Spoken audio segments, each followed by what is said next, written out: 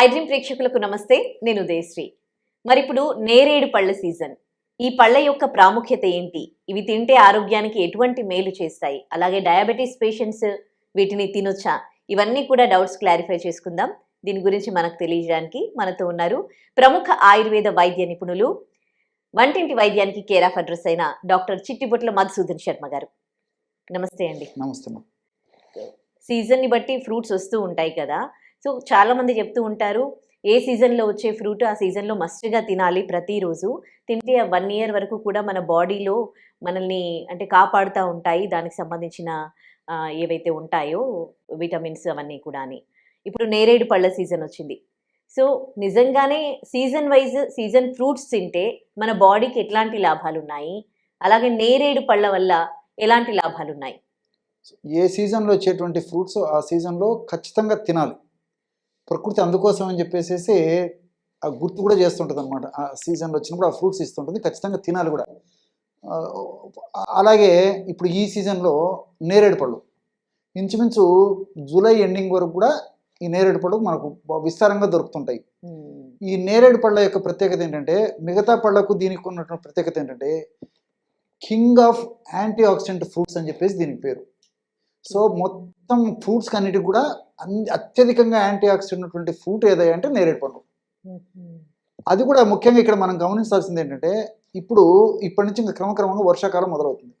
వర్షాకాలం ప్రారంభమైనప్పుడు కానీ వర్షాకాలం క్రమక్రమంగా దీంట్లో ఏం జరుగుతుందంటే, వాతావరణ కాలుష్యము, నీరు కాలుష్యము, ఇట్లా ప్రతిదీ కాలుష్యం కావడం వల్ల, ఆహార పదార్థాలు కాలుష్యము, ఇవన్నీ కాలుష్యం కావడం వల్ల మరి వ్యాధులు కూడా పెరిగిపోతాయి.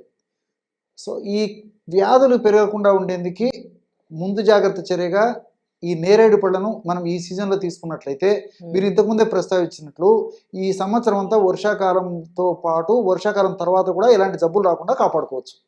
కాబట్టి ఖచ్చితంగా నేరేడు పళ్ళు ఖచ్చితంగా తీసుకోవాలి. ఇంకోటి ఏంటంటే, ఈ నేరేడు పండు యొక్క ప్రత్యేకత కాస్త పులుపు ఉంటాయి, కాస్త తీపి ఉంటుంది, కాస్త ఒగరు ఉంటుంది, విచిత్రమైన రంగు ఉంటుంది. సో మిగతా పళ్ళకు దీనికి చాలా ప్రత్యేకతలు ఉన్నాయన్నమాట. ఇందులో గ్యాలిక్ యాసిడ్ అనేటువంటి పదార్థం ఉండడం చేతనే ఈ ఒగరు గుణం ఉంటుంది అనమాట. అంతే యాంథోసైనిన్స్ ఉండడం చేతనే ఈ కలర్ కూడా డార్క్ బ్లాక్, రెడ్, తర్వాత ఈ యొక్క స్నఫ్ కలర్ కలిసినటువంటి కలర్ ఉంటుంది అనమాట. అంతేకాకుండా దీనికి కోకిలేష్ట అనేటువంటి పేరు ఉందండి. కోకిలలకు చాలా ఇష్టం, కోకిలలకు చాలా ఇష్టమైనటువంటి పండు అనమాట. కోకిలకు చాలా ఇష్టంగా తీసుకుంటారు, అందుకే కోకిలేష్ట అని చెప్పేసి. ఫలేంద్ర అనేటువంటి మరొక పేరు కూడా ఉంది. అంటే ఇంద్ర అంటే రాజు, అంటే ఫలాలకంతా రాజు వంటి దీని. అందుకే యాంటీ ఆక్సిడెంట్ అని ఇంతకుముందే చెప్పాను కదండి. మన వాళ్ళు ఎప్పుడో వేలాది సంవత్సరాల క్రితమే ఫలేంద్ర అనేటువంటి పేరు కూడా ప్రస్తావించడం జరిగింది. ఈ నేరేడు పళ్ళు మరి లావు పళ్ళు దొరుకుతుంటాయి, సన్నటి పళ్ళు దొరుకుతుంటాయి, న్యాచురల్గా దొరికేటి పండ్లు దొరుకుతాయి, హైబ్రిడ్ పళ్ళు దొరుకుతాయి. సో మనకు అందుబాటులో వసతిని బట్టి ఏవైనా తీసుకోవచ్చు. ఇప్పుడు నాటు పళ్ళల్లో అయితే గుజ్జు తక్కువగా ఉంటుంది, హైబ్రిడ్ పళ్ళల్లో అయితే గుజ్జు ఎక్కువగా ఉంటుంది అనమాట. కాబట్టి అందరూ వాడుకోదగినటువంటి దివ్యమైనటువంటి ఆహారానికి సంబంధించినటువంటి ఆహార పదార్థాలు, ఔషధ గుణాలు పుష్కలంగా ఉన్నటువంటి పళ్ళల్లో ప్రధానమైనటువంటి పండు నేరేడు పండు అని చెప్పుకోవచ్చండి. చిన్నపిల్లల నుంచి పెద్దల వరకు వాడుకోవచ్చు, మరి వ్యాధిగ్రస్తులుగా వాడుకోవచ్చు, వ్యాధి లేని వాళ్ళు వాడుకోవచ్చు, బరువు ఉన్నటువంటి వాళ్ళు వాడవచ్చు, బరువు లేని వాళ్ళు వాడుకోవచ్చు, నార్మల్గా ఉన్నటువంటి వాళ్ళు వాడుకోవచ్చు, గర్భవతులు వాడుకోవచ్చు, బాలింతలు వాడుకోవచ్చు. అందరూ వాడుకోదగ్గ దివ్యమైనటువంటి ఫ్రూట్స్లో ప్రధానమైన ఫ్రూట్ ఏదైనా అంటే ఇదే అని చెప్పుకోవచ్చు. డయాబెటీస్ ఉన్న వాళ్ళు కూడా వాడుకోవచ్చండి. డయాబెటీస్ వాళ్ళు కూడా ఎక్కువ వాళ్ళు రోజుకి ఇంత ప్రమాణం, రోజుకు 10-15 వరకు వాడుకుని ఏం కాదండి. ఓకే, అంటే ప్రతిరోజు ఎన్నైనా తినొచ్చు అంటారా? ప్రతిరోజు తీసుకోవచ్చా ఈ సీజన్ లో రోజు తీసుకోవచ్చండి. 10 నుంచి 20 వరకు తీసుకోవచ్చండి. అంటే దాదాపు 50 to 75 grams వరకు తీసుకోవచ్చు. కాబట్టి తీసుకునేటువంటి విధానం మాత్రం కొంచెం గుర్తెరిగి తీసుకోవాలి. ఎలాగంటే, ఇప్పుడు ఈ ఫ్రూట్స్ తినేటప్పుడు ఏం జరుగుతుందంటే, ఈ ఒగరు గుణం వల్ల కానీ ఇతర కారణం వల్ల కానీ గొంతు పట్టేసినట్టు ఉండడము, కొంచెం మొద్దుబారినట్టు ఉండడము, కాఫ్ వచ్చేటువంటి పరిస్థితులు ఉండడము, అసౌకర్యంగా ఉండడము, ఇలాంటి పరిస్థితులు ఉంటాయి. అలా కాకుండా ఉండాలంటే బాగా నమిలి మింగాలి. కొంచెం సాల్ట్ కూడా చల్లుకుంటారు, అలా చల్లుకోవచ్చా? చెప్తానండి, చాలా మంచి ప్రశ్న అడిగారు. అది కూడా చెప్తాను. బాగా నమలాలి. నేరేడు పండు తినేటప్పుడు ఎంత బాగా నమిలి లాలాజలంతో ఆ యొక్క ఫ్రూట్లో ఉన్నటువంటి గుజ్జు ఎంత బాగా కలుస్తుందో అంత మనకు బాగుంటుంది అనమాట. బాగా నిదానంగా నమిలేసి మింగాలి. అందుకని ఒక పండు బాగా నిదానంగా టైం తీసుకుని బాగా నములుతూ మింగాలి. సో దానివల్ల ప్రాబ్లమ్స్ ఉండవు. ఇంకోటి ఏంటంటే, ఆ పండు తినేటప్పుడు కూడా మనం బౌల్లో నేరేడు పళ్ళు తీసుకుంటాము. అందులో మిరియాల పొడి, కాస్త ఉప్పు చల్లేసేసి బాగా కలిపేసేసి ఆ విధంగా తయారు చేసుకున్నటువంటి ఆ యొక్క ఫ్రూట్స్ని తీసుకోవాలన్నమాట మనం. సో ఆ విధంగా తీసుకోవడం వల్ల గొంతులో వికారం ఉండడం కానీ, దగ్గు రావడం కానీ, గొంతు పట్టేసినట్టు ఉండడం కానీ ఇలాంటి లక్షణాలు ఉండవు అన్నమాట. So okay. ఆ పద్ధతిలో తీసుకోవడం వల్ల మరి తీసుకున్నటువంటిది కూడా మంచిగా జీర్ణం అవుతుంది. అందులో ఉన్నటువంటి ఈ పోషకాంశాలు కూడా మనకు దేహానికి అన్ని పట్టేదానికి అవకాశం ఉంటుంటుంది. కొన్నిసార్లు ఆ సీడ్స్ కూడా మంచిదని కొంతమంది అది పౌడర్ చేసి వాడుకున్నారు. మరి దేనికో తెలీదు గానీ, నాకిప్పుడు గుర్తొచ్చింది. ఆ సీడ్స్‌తో ఏమైనా ఉపయోగాలున్నాయా అండి? ఔషధంగా ఉపయోగపడతాయండి అవి. దేనికి? ముఖ్యంగా షుగర్ వ్యాధిగ్రస్తులకు హ్మ్. నేరేడు విత్తనాలు చాలా అద్భుతంగా పనిచేస్తాయి. ముఖ్యంగా ఇంకోటేంటంటే షుగర్ వ్యాధిగ్రస్తుల్లో కూడా ఎక్కువ మందికి బహుమూత్రం పాలియూరియా అంటారు. ఎక్కువ సార్లు యూరినేషన్ వస్తుంటుందన్నమాట. ఆ అవును. బ్లాడర్ వీక్‌నెస్ వల్ల. హ్మ్. అలాంటి పరిస్థితుల్లో నేరేడు గింజల చూర్ణాన్ని కొన్నాళ్ల పాటు ఉదయము, సాయంత్రము ఒక పావు స్పూన్ నుంచి అర టీ స్పూన్ వరకు తీసుకోవడం వల్ల మరి ఓకే. షుగర్ వ్యాధి కంట్రోల్‌లో కావడం వల్ల కంట్రోల్‌లో ఉండడమే కాకుండా ఈ షుగర్ వల్ల ఈ యొక్క బ్లాడర్ ఏదైతే వీక్‌నెస్ ఉందో ఆ మూత్రాశయ సంచి యొక్క వీక్‌నెస్ లేకుండా కండరాలను బలోపేతం చేసేసి మూత్రాన్ని ఎక్కువ సార్లు రాకుండా చేసేటువంటి శక్తి కూడా దీనికి ఉందన్నమాట. అంతేకాకుండా ఈ యొక్క దీన్ని మోషన్స్ తగ్గేదానికి కూడా వాడుతుంటారండి. నేరేడు విత్తనాలను హ్మ్. ఎండబెట్టి పొడి చేసి పెట్టుకుంటే హ్మ్. ఎప్పుడైనా మోషన్స్ అయినప్పుడు ఉదయం ఒక అర చెంచా, మధ్యాహ్నం ఒక అర చెంచా, రాత్రి ఒక అర చెంచా పెరుగులో కానీ మజ్జిగలో కానీ కలిపి తీసుకోవడం వల్ల కూడా మోషన్స్ కూడా ఆగిపోయేటువంటి పరిస్థితి ఏర్పడుతుంది. ఈ హ్మ్. విధంగా అనేక రకాలుగా వైద్యపరంగా కూడా ఈ యొక్క విత్తనాలు చాలా చక్కగా ఉపయోగపడతాయి అన్నమాట. ఓకే. మూత్ర ప్రాబ్లమ్ ఉన్న వాళ్ళకి ఇది షుగర్ పేషెంట్సే వాడాలా? లేకపోతే వేరే వాళ్ళు కూడా ఇట్లా యూరిన్ ప్రాబ్లమ్ ఉన్నవాళ్ళు వాడొచ్చా? వాడుకోవచ్చండి. చాలా మంచి ప్రశ్న వేశారు. మూత్రం కొంతమందికి ఎలాంటి స్పష్టమైన కారణం తెలియకుండా కూడా బహుమూత్రం వస్తూ ఉంటుందండి. అంటే పాలియూరియా. హ్మ్. ఎక్కువ సార్లు మూత్రం పోతుంటారు. ఎక్కువ ప్రమాణంలో పోతుంటారనమాట. హ్మ్. కొంతమందిలో మనం పరీక్షలు చేసినప్పుడు కారణం స్పష్టంగా తెలుస్తుంది. ఈ కారణం వల్ల ఈ షు ఈ ఈ యొక్క మూత్రం ఎక్కువగా పోతుందని చెప్పేసి. కొన్నిటికి ఏ కారణం ఉండదండి. హ్మ్. పరీక్షలన్నీ నార్మల్‌గా ఉంటాయి గానీ, ఎక్కువ సార్లు ఉదయం పూట ఎక్కువ సార్లు పోతుంటారు. రాత్రి పూట ఎక్కువ సార్లు పోతుంటారు. కొంతమంది మరి ఉదయం, రాత్రి 2 సార్లు ఎక్కువ పోతుంటారు. కొంతమంది ఉదయం పూట ఎక్కువ సార్లు, కొంతమంది రాత్రి పూట ఎక్కువ సార్లు పోతుంటారు. హ్మ్. ఏ కారణం వల్ల మూత్రం ఎక్కువ సార్లు పోతున్నప్పటికీ, మనకు పరీక్షల్లో స్పష్టంగా తెలిసినప్పటికీ, తెలియకపోయినప్పటికీ మరి ఈ యొక్క ఔషధాన్ని ఈ పద్ధతిలో వాడుకోవడం వల్ల నేరేడు విత్తనాలు మూత్ర వ్యవస్థ మీద చాలా సమర్థవంతంగా పనిచేస్తాయి. ఇంకొంతమందికి దగ్గినా గానీ, కొంచెము మామూలుగా గెంతినా గానీ, ఊరికే అంటే uterus bladder, bladder urinary bladder. Sorry bladder week ఉండడం వల్ల వాళ్ళకి గూడా అంతే యూరిన్ పడిపోతా ఉంటదని చెప్తూ ఉంటారు యెస్. కొన్ని యెస్. కంప్లెయింట్స్. సో, వాళ్ళకి ఇదేమైనా పనిచేస్తదా?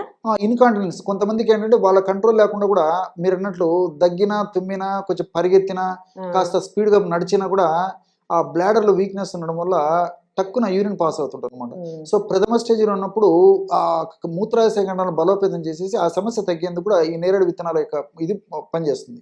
ఓకే. సో, ఇంకొకటేంటంటే ఈ నేరేడులో పండ్లలో ముఖ్యంగా పోషక విలువలు ఎక్కువ ఉంటాయండి. హ్మ్. కాల్షియం ఉంది, ఐరన్ ఉంది, మెగ్నీషియం ఉంది. సో, హ్మ్. ఇలాంటి అనేక రకాలైన పోషకాలు, కొన్ని రకాలైన బి కాంప్లెక్స్ ఫ్యాక్టర్స్ ఉన్నాయి. సి విటమిన్ ఉంది. ఇలాంటి అనేక రకాల పోషకాంశాలు ఉన్నాయి కాబట్టి ప్రత్యక్షంగా, పరోక్షంగా మరి దేహ పోషణకు ఉపయోగపడమే కాకుండా వ్యాధి నిరోధక శక్తిని పెంచేందుకు కూడా చాలా అద్భుతంగా పనిచేస్తుందండి. సో, నేరేడు పళ్ళు అన్నప్పుడు చక్కగా మనకేవో మెమరీస్ గుర్తొస్తుంటాయి. చిన్నప్పుడు వాటి కోసం పరిగెత్తడం గానివ్వండి, ముందుగా వెళ్ళి ఆ కింద పడినవన్నీ తీసుకొని తినడం గానివ్వండి. సో, అసలు నేరేడు పళ్ళని తీసుకోవడం వల్ల ఎలాంటి ఆరోగ్య ప్రయోజనాలుంటాయి సార్? సో, ప్రకృతి మాత ఒక పండును మనకు ప్రసాదించిందంటే దానివల్ల ఎన్నెన్నో ఆరోగ్య ప్రయోజనాలు ఉంటాయని చెప్పేసి మనం కొండ గుర్తు పెట్టుకోవచ్చమ్మా. హ్మ్. యాక్చువల్‌గా కొన్ని సీజనల్ ఫ్రూట్స్ ఉంటాయమ్మా. హ్మ్. వాటిలో నేరేడు పళ్ళు. హ్మ్. ఈ నేరేడు పళ్ళు సీజన్ తప్పితే మిగతా రోజుల్లో దాదాపు దొరకవమ్మా. హ్మ్. సో, ఇప్పుడు పుష్కలంగా దొరుకుతాయి. ప్రతి చోట దొరుకుతాయి. జూలై వరకు విపరీతంగా దొరుకుతాయమ్మా హ్మ్. నేరేడు పళ్ళు. హ్మ్. సో, కోకిలలకు చాలా ఇష్టమైనటువంటి ఫ్రూట్ అమ్మా ఇది. కోకిల. కోకిలేష్ట అని చెప్పి సంస్కృతంలో పిలుస్తారమ్మా. ఓకే. హ్మ్. కోకిలేష్ట హ్మ్. అంటే కోకిలలకు చాలా ప్రియమైనటువంటిది. బాగా ఇష్టంగా తింటాయి. ఓకే. అట్లే పికభక్ష అని చెప్పేసి కూడా దీనికి పేరుందమ్మా. హ్మ్. పికమన్నా కోకిల. హుహు. సో, ఇవి ఇష్టంగా తింటాయి కాబట్టి బాగా ఆనందంగా, తృప్తికరంగా తింటాయి కాబట్టి పికభక్ష అని చెప్పేసి. ఓకే. ఫలేంద్ర అని చెప్పేసి మరొక పేరుందమ్మా. ఫణేంద్ర. ఫలేంద్ర. ఫలేంద్ర. హ్మ్. ఫలం ఉంటే ఫ్రూటు. హ్మ్. ఫ్రూట్స్‌లో రారాజు వంటిది అని చెప్పేసి. అవునా? హ్మ్. దానికి అందుకే రారాజు వంటిది కాబట్టి ఫలేంద్ర ఓకే. అనేటువంటి పేర్లు ఇలా సంస్కృతంలో మన మహర్షులు రకరకాల పేర్లతో దీన్ని ప్రస్తావించారమ్మా. హ్మ్. సో, పూర్వకాలం అయితే ఈ నాటు వెరైటీస్ దొరికేవమ్మా. అంటే ఈ నాటు వెరైటీసు సన్నగా ఉంటాయి. గుజ్జు తక్కువగా ఉంటుంది. హ్మ్. ఆ రోజుల్లో దొరికేవి. హ్మ్. కానీ మరి క్రమక్రమంగా రకరకాల మార్పులు రావడం చేత ఇవి నాటువి దొరుకుతున్నాయి. హైబ్రిడ్ వెరైటీస్ దొరుకుతున్నాయమ్మా. హ్మ్. ఈ హైబ్రిడ్ వెరైటీస్ వచ్చేసి లావుగా ఉంటాయి పళ్ళు. ఉమ్, అదేవిధంగా చూసేదానికి చాలా ఆకర్షణీయంగా ఉంటాయి. ఉమ్, గుజ్జు ఎక్కువగా ఉంటుంది. కాబట్టి చాలామంది ఎక్కువ దీన్నే ప్రిఫర్ చేస్తుంటారమ్మా.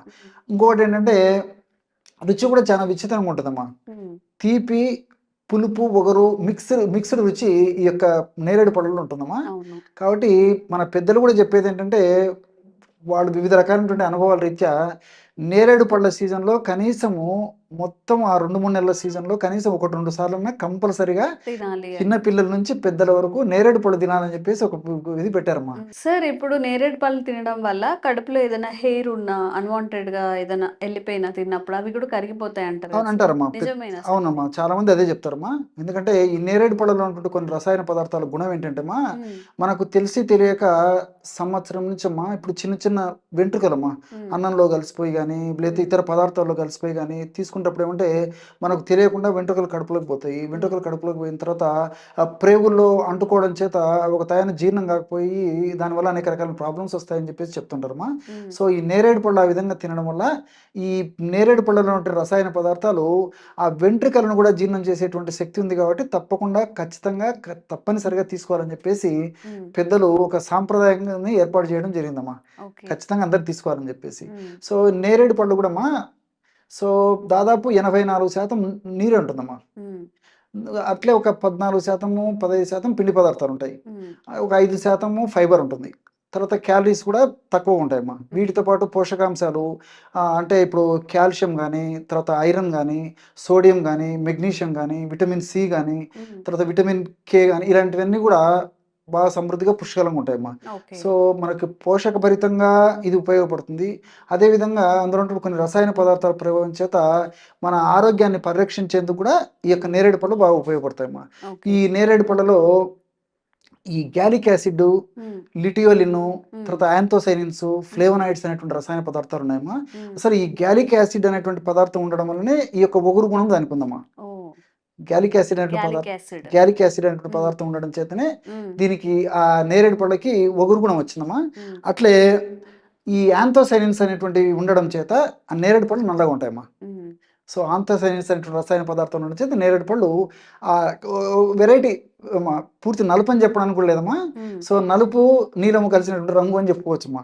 ఆ రంగు వచ్చేదానికి ఎందులో ఉన్నటువంటి ఆంథోసైనిన్స్ ఉపయోగపడతాయమ్మా. ఉమ్, సో ఇక్కడ పిండి పదార్థాలు దాదాపు 14 గ్రాములు 15 గ్రాములు ఒక 100 గ్రాముల నేరేడు పళ్ళలు ఉంటాయని చెప్పాను కదమ్మా. ఉమ్, ఈ పిండి పదార్థాలు కూడా రిఫినేజ్ అనేటువంటి పిండి పదార్థాలమ్మా. ఓకే. అంటే ఈ రిఫినేజ్ అనేటువంటి పిండి పదార్థాల గుణం ఏంటంటే త్వరగా జీర్ణం కావు. సర్వసాధారణంగా డయాబెటిక్ పేషెంట్స్, షుగర్ వ్యాధిగ్రస్తులు పిండి పదార్థాలు ఎక్కువ తీసుకోకూడదని చెప్పేసి వైద్య ప్రపంచం చెప్తుంది అమ్మా. మరి ఇందులో పిండి పదార్థాలు కూడా బాగానే ఉన్నాయి.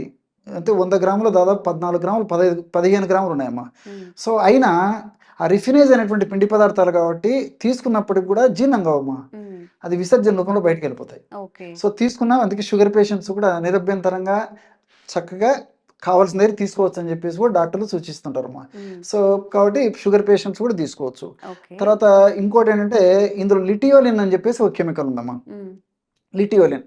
ఈ లిటియోలిన్ గుణం ఏంటంటే మన జీర్ణ వ్యవస్థలో అమైలేజ్ అనేటువంటి ఒక ఎంజైమ్ ఉత్పత్తిని తగ్గిస్తుంది. ఉమ్, అసలు అమైలేజ్ అనేటువంటి ఎంజైము మన జీర్ణ వ్యవస్థలో ఎందుకు పనిచేస్తుందంటే పిండి పదార్థాలను బాగా జీర్ణం చేసేదానికి. ఓకే. మనం ఇడ్లీ తింటాము, తర్వాత ఈ పూరీలు తింటాము, గోధుమతో తయారు చేసినటువంటి కొన్ని ఇతర పదార్థాలు తీసుకుంటాము, భోజనం చేస్తాము.